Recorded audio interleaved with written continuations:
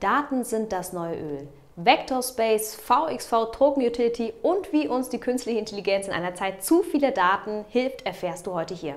Damit du das volle Potenzial von Vector Space und VXV erkennst, schau das Video also bis zum Ende an.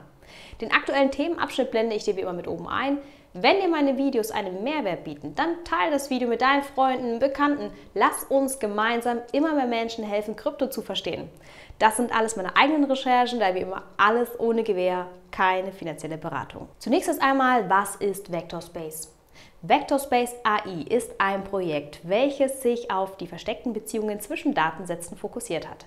Die Plattform möchte mittels innovativer Technologie AI-Systeme, also Systeme mit künstlicher Intelligenz trainieren und einen weiteren Meilenstein für den Bereich der AI erreichen. VXV ist der Utility-Token der Plattform und erfüllt verschiedene Funktionen. Zum Zeitpunkt des Videos ist VXV auf Rang 341 von CoinMarketCap gelistet und verfügt über eine aktuelle Marktkapitalisierung von rund 131 Billionen Euro. Welches Problem soll gelöst werden? Dazu reisen wir doch einmal in die Zukunft, in fremde Galaxien und auf ferne Planeten. Wir Menschen träumen seit Jahrzehnten schon davon, eines Tages andere Planeten wie den Mars zu bewohnen. Forscher der Weltraum- und Biowissenschaften versuchen jetzt schon herauszufinden, wie wir durch eine Analyse unseres Erbguts länger leben können. Auch Mitglieder des späteren Vector Space AI-Teams wurden damals eingeladen, im Lawrence Berkeley Lab mitzuarbeiten. Zum Beispiel untersuchten sie bei einem Projekt die menschlichen Gene auf mögliche Zusammenhänge zwischen den einzelnen Genen, aber auch auf äußere Einflüsse wie die Weltraumstrahlung. Während der Forschungszeit in den 90er und 2000er Jahren entwickelte das Team damals für diese systematische Durchforstung von Genen immer mehr patentierte Systeme und Algorithmen zur Mustererkennung, um effizienter auf bisher unentdeckte Zusammenhänge zwischen den Genen zu schließen. Aus diesen ursprünglichen Arbeiten heraus entstand dann vermutlich die Vision von Vector Space AI. Denn was würde passieren, wenn uns künstliche Intelligenz helfen könnte, versteckte Beziehungen zwischen einzelnen Daten aus vielen unabhängigen Quellen zu erkennen? In einem Zeitalter, wo wir über so viele Informationen verfügen, doch wir überhaupt gar nicht in der Lage sind, effizient herauszufiltern, welche Daten denn jetzt für uns relevant sind.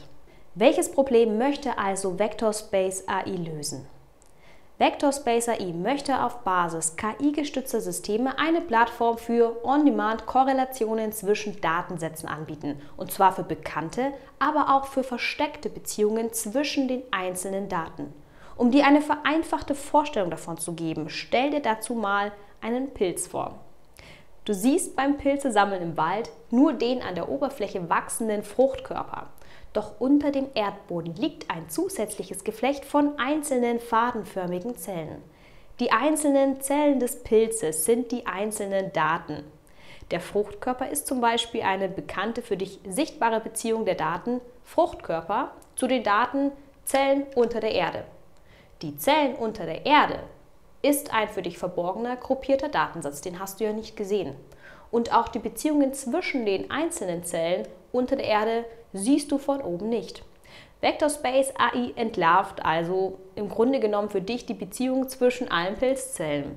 Vector Space AI bildet also die Matrix ab, das zusammenhängende System zwischen den einzelnen Zellen, den Daten. Welche Produkte bietet Vector Space AI nun an? Je nachdem, wie viel ein Kunde anhand eines Preisstufenmodells bezahlt, werden unterschiedliche erweiterte Module angeboten.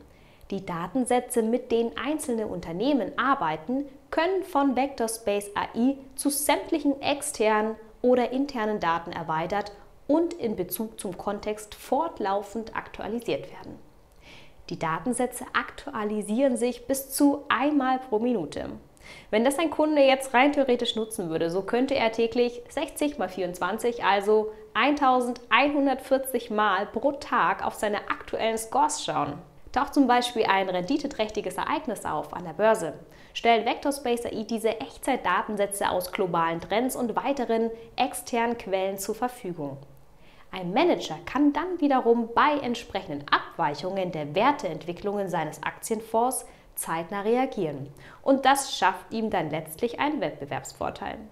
Wer davon noch nicht genug hat, kann optional Dienste in Anspruch nehmen, die einem Unternehmen ganz genau verraten, aus welchen Quellen die Daten herkommen und wie sie erzeugt wurden. Diese Dienste zur Datenherkunft werden auch Data Provenance Pipeline, kurz DPP genannt. Die DPP ist gerade zur Fehlerreduktion und Vertraulichkeitsprüfung von Daten hilfreich, wenn es darum geht, herauszufinden, ob irgendwelche Datensätze doppelt vorhanden sind oder Datensätze falsch berechnet wurden. An welche Zielgruppe richtet sich jetzt also das Unternehmen? Die Dienste von Vectorspace finden grundsätzlich überall da Anwendung, wo zu viel rohes Datenmaterial vorhanden ist, das systematisch jedoch aufgearbeitet werden könnte. Das kann praktisch von allen Industriezweigen genutzt werden, wenn es darum geht, neue Hypothesen aufzustellen und Entdeckungen zu machen. Das Unternehmen hat sich insbesondere für die Biowissenschaften und Top-Unternehmen aus dem Finanzbereich konzentriert. Im Bereich Finanzen gehören zum Beispiel größere Börsen, Trader, Fondsmanager oder Datenanbieter dazu. Aber auch sonstige Firmen, die mit AI und Datenoperationen zu tun haben, sind potenzielle Kunden. Wie kann ein Kunde nun diese Vectorspace AI-Dienste nutzen? Wir schauen uns dazu einfach mal einen Kundenvorgang und damit eine Finanzierungsrunde für das Unternehmen Vectorspace an. Wenn ein Kunde nun für die Nutzung der Dienstleistungen unterzeichnet und gezahlt hat, wird rund die Hälfte der Beitragszahlungen in VXV umgewandelt. Dafür wird VXV auf dem offenen Marktplatz gekauft. Als nächstes wird dieser VXV-Wert einer Wallet-Adresse für den Kunden zugeordnet. So erhält der Kunde persönlichen Zugriff über einen sogenannten VXV-Wallet-aktivierten API-Schlüssel. Ein API-Schlüssel ist so etwas wie ein Authentifizierungsschlüssel, der nur verifizierten Nutzern Zugriff zu bestimmten Diensten ermöglicht. In unserem Fall erhält ein Unternehmen mittels des API-Schlüssels die Berechtigung zur Nutzung der Datensätze. Die Datensätze also werden nur an diese Nutzer mit einem solchen API-Schlüssel verteilt. Während der Verteilung werden die Datensätze außerdem mittels aufwendiger mathematischer Berechnungen getrackt. In diesem Fall über einen sogenannten VXV Data Provenance Pipeline Hash, kurz DPP-Hash. Klingt vielleicht kompliziert, aber es reicht völlig, wenn du weißt, dass solche Hash-Funktionen dem Zweck dienen, Dienste nahtlos und unter höchsten Sicherheitsmechanismen zu nutzen. Außerdem möchte ein Finanzunternehmen schon gerne wissen, woher die Daten kommen und wie sehr sie diesen Daten vertrauen können, wenn es darum geht, schließlich milliardenschwere Deals und Geschäfte zu machen. Was passiert mit der zweiten Hälfte der Beitragszahlungen? Die anderen 50% dieser Beitragszahlungen können im Betrag variieren. Diese Gebühren werden in Einnahmen umgewandelt, die dem Wachstum des Unternehmens und der Verbreitung des Projekts dienen sollen. Auch möchte das Team davon zukünftig Tokens durch Buybacks zurückkaufen, um den Tokenfluss besser zu kontrollieren und die Liquidität zu halten. Übrigens sind das nicht die einzigen Einnahmequellen. Zusätzliche Gewinne entstehen zum Beispiel durch Lizenzzahlungen oder durch Transaktionsgebühren. Unternehmen können zum Beispiel auch monatliche Gebühren bezahlen, wenn bestimmte Datensätze einfach nur regelmäßig Updates erfahren sollen. Schauen wir uns als nächstes die Technologie von Vectorspace an. Der Plattform liegt ein komplexes Grundgerüst aus Datentechnik, verschiedener systematischer Methoden und Algorithmen zugrunde. Auf diesem Grundgerüst bauen dann die einzelnen Unternehmensbereiche, wie zum Beispiel die Smart Baskets-Bereiche oder die alternativen Datendienste auf. Das heißt für dein Verständnis, wir haben hier nochmal ganz kurz keine klassische Blockchain, wie zum Beispiel bei Bitcoin vorliegen. Daher tauchen hier auch keine Miner auf. Auf der Plattform wird hier zumindest laut White Paper von einer VXV-Wallet-Validierung für den Zugriff auf die Datensätze gesprochen. Smart Contracts werden ebenfalls in Zusammenhang mit Prüfroutinen und Steuerungsprozessen für die Abonnements ausgeführt. Zu Vectorspace AI gehören vor allem Bereiche aus der Technologie der elektronischen Datenverarbeitung bzw. dem Verstehen natürlicher Sprache, kurz NLP bzw. NLU. Außerdem gehören noch Bereiche dazu vom maschinellen Lernen und natürlich der künstlichen Intelligenz. So, welche Funktion erfüllt jetzt nun nochmal der VXV-Token als der Utility-Token der Plattform? VXV ist ein ERC20-Token. Du als Privatanleger kannst VXV kaufen, verkaufen und auch damit handeln. Unternehmen können mit VXV eben zahlen, um Zugang zu den Nutzungsmöglichkeiten von Vectorspace zu erhalten. Ganz wichtig, kann, nicht, muss. Der Kunde kann zum Beispiel auch mit Fiat USD, in ETH oder auch in Bitcoin bezahlen. Ein Teil wird dann in VXV umgewandelt, wie ich schon erwähnt hatte. Denn unabhängig davon, wie ein Kunde nun bezahlt, wird nun die Wallet-Adresse des VXV-Tokens zugleich als dieser API-Schlüssel verwendet. VXV wird darüber hinaus für die Pipeline, also bei den einzelnen Prozessen genutzt, die mit der Datenherkunft in Verbindung stehen. Das sind die Dienste eben für die Unternehmen, mit denen Informationen transparent zurückverfolgt und auf ihre Integrität geprüft werden können. Wie sind die VXV-Tokens nun verteilt? Die Total Supply der VXV-Tokens beträgt 50 Millionen. Zum Stand des Videos befinden sich bereits mehr als 38 Millionen Tokens im Umlauf. Das Angebot an zirkulierenden VXV wird durch die Kundenwallets reduziert. Die restlichen knapp 12 Millionen Tokens werden vom Team gehalten, Stand 2021. Die Tokens, die für die engen Teammitglieder und bestimmte Partner gelockt wurden, unterliegen einer Einlagefrist von 4 Jahren. Wie viele Tokens für wen genau für diese 4 Jahre gelockt wurden, dazu finden sich nur wenige Angaben. Auf der Homepage in den Docs findet sich noch ein älteres Schema, wo die Kategorien der verteilten Tokens herauszulesen sind, wie zum Beispiel Tokens für das Gründungsteam, für Belohnungsprogramme oder Tokens zur Kapitalaufnahme. Updates mit aktuellen Plänen über die eingefrorenen Tokens sollen jedoch zukünftig folgen. Es wird hier offen eingestanden, dass die VXV Utility auch mehr auf profitorientierte als auf gemeinnützige Unternehmen ausgerichtet ist. Der Token verfolgt damit also weniger den ursprünglich idealistischen, dezentralen Gedanken einer Kryptowährung, wie zum Beispiel bei Bitcoin.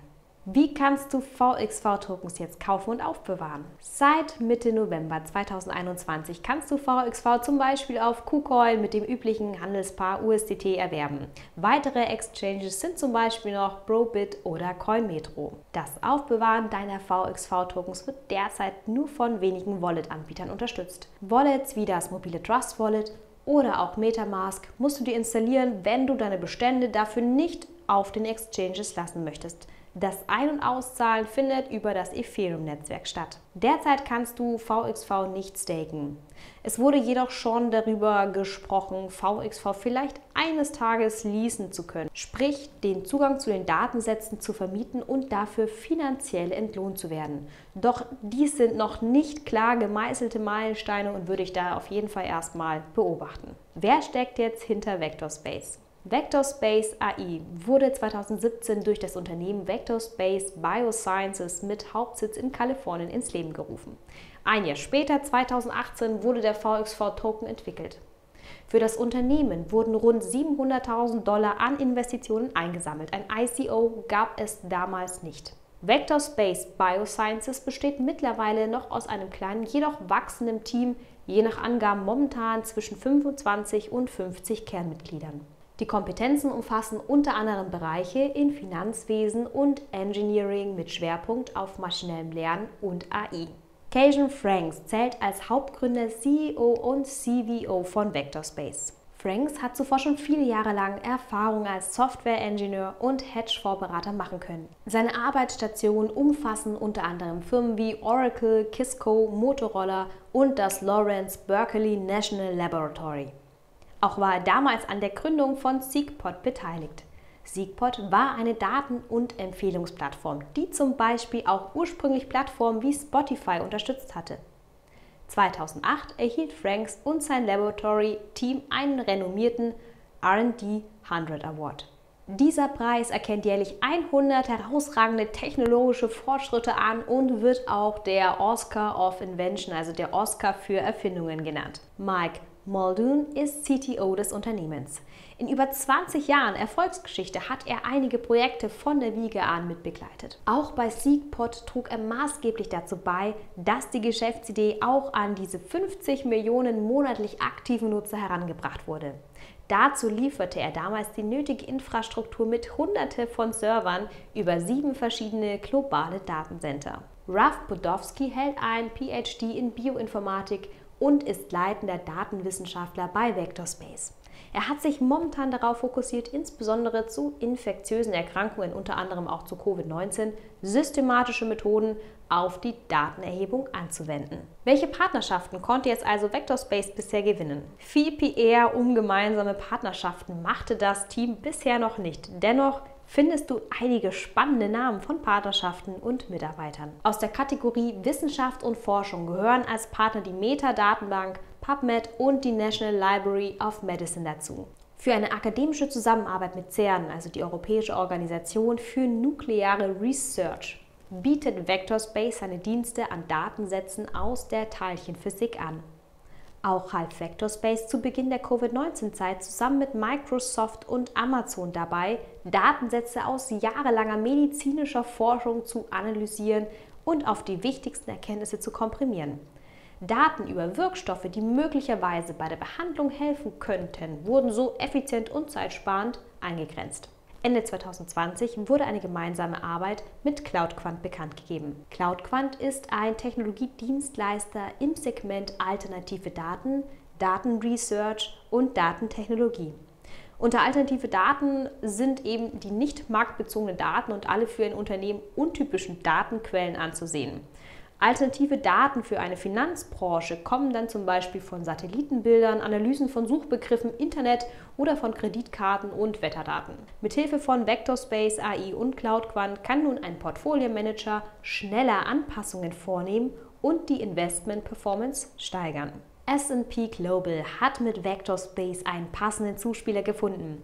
S&P Global ist ein börsennotierter Finanzdienstleister aus den USA und stellt unter anderem den Finanzsektor essentielle Marktdaten bereit. Vectorspace kann jetzt nun dabei helfen, die Unmengen an einzelnen unverarbeiteten Daten von S&P Global zu smarten Datensätzen zusammenzusetzen. Und ein letztes Beispiel. Wir haben hier noch die Partnerschaft mit LCX, der Liechtenstein Crypto Assets Exchange. LCX bietet ein sogenanntes Terminal an, über welches zwischen mehreren Börsen über ein einzelnes Interface getradet werden kann. Die künstliche Intelligenz von Vectorspace soll hier von LCX nun dazu verwendet werden, Smart Baskets zu erzeugen. Smart Baskets, ganz kurz für dich, sind intelligente Körbe, die thematisch vorselektierte Assets enthalten. Trader können in smarten Baskets ihre Kryptos oder auch eben Aktien zum Beispiel strategisch je nach Belieben filtern und managen. Mein Fazit zu Vectorspace AI: Die Technologie ist neuartig, speziell und kombiniert Aspekte aus dem KI-Bereich mit der Kryptowelt. Die einzelnen Systeme und Algorithmen sind nach jahrelanger Arbeit entwickelt und patentiert worden. Das Berkeley Lab wurde 2008 dafür auch eben mehrfach mit Preisen ausgezeichnet. Vectorspace ist sich dieser ganzen Informationsflut von Daten bewusst geworden und bietet dazu maßgeschneiderte Lösungen an. Das daraus entstandene Geschäftsmodell halte ich mit seinen Preisstufen und verschiedenen Einnahmequellen echt für gut durchdacht. Auch große Chancen sehe ich im Wachstum durch das potenzielle Marktpotenzial. Dieses Marktpotenzial von KI-gestützten Branchen ist eben noch lange nicht ausgereizt und die Zielgruppen von solchen Systemen, das sind Topverdiener mit hohen Investitionsspannen. Vorreiter davon sind zum Beispiel eben die Biowissenschaften und auch der Finanzsektor. Doch auch die E-Health oder auch die Automobilbranche werden zukünftig noch mehr auf solche Dienste setzen. All diese Branchen müssen milliardenschwere Entscheidungen treffen, um Umsätze zu generieren. Es liegt nahe, dass viel Geld in Lösungen investiert werden möchte, um diese Entscheidungen noch intelligenter zu treffen. VXV wird für sämtliche Datenservices auf der Plattform verwendet und unterstützt alle API-genutzten Dienste. Je mehr Mitgliedschaften bezahlt werden, desto weniger VXV-Tokens befinden sich im Umlauf, sodass der Token definitiv das Potenzial hat, auch im Preis anzusteigen. Gibt es mögliche Einschränkungen? Ja. Grundsätzlich, Kryptoprojekte sind einfach noch spekulative Investments, werden so angesehen. Vectorspace wurde 2017 gegründet, das ist noch gar nicht so lange her. Deswegen weht hier auch natürlich noch der Hauch von Startup-Atmosphäre. Die Mitarbeiterzahl hält sich noch klein, auch wenn sie wächst. Finanziell war das Unternehmen zu Startzeiten gedeckelt. Trotz dieser finanziellen Reserven zu Beginn konnte das Team jedoch ein sehr hochwertiges Produkt entwickeln. Diese Ressourcenknappheit hat natürlich auch dazu geführt, dass logischerweise andere Dienste wie Branding, PR und die ganze Community-Arbeit ein wenig hinten anstehen mussten. Mit den steigenden Einnahmen sollen jedoch auch die anderen Säulen fokussiert werden. Und noch ein letzter möglicher Kritikpunkt: Vectorspace ist nicht Open Source und die zur Verfügung gestellten Algorithmen und Datensätze sind nur von einer begrenzten Kundenanzahl nutzbar. Details zur Distribution und dem Tokenverhalten lässt sich nur sehr wenig finden. Das Unternehmen möchte die Kontrolle über den Tokenfluss durch Buybacks behalten. Der dezentrale Charakter einer ursprünglichen Kryptowährung wird hier also erstmal ausgeklammert. Diese Art der Zentralisierung ist jedoch von der anderen Seite her betrachtet bewusst gewollt. Für solch ein Produkt und ein solches Kundenklientel wäre es doch nur sinnvoll, keine vollständige Marktsättigung zu erreichen, oder? Stell dir mal vor, du würdest zum Beispiel jedem Hedgefondsmanager einfach mal alle erweiterten Datensätze in die Hand drücken. Wo wäre denn dann der Wettbewerbsvorteil und wie würde das den VXV-Wert widerspiegeln? Alles in allem, bei diesem Projekt hilft künstliche Intelligenz uns, Beziehungen zwischen Daten herzustellen. Und rohe Daten sind mittlerweile wie Öl, als Rohstoff bereits wertvoll, verarbeitet noch wertvoller.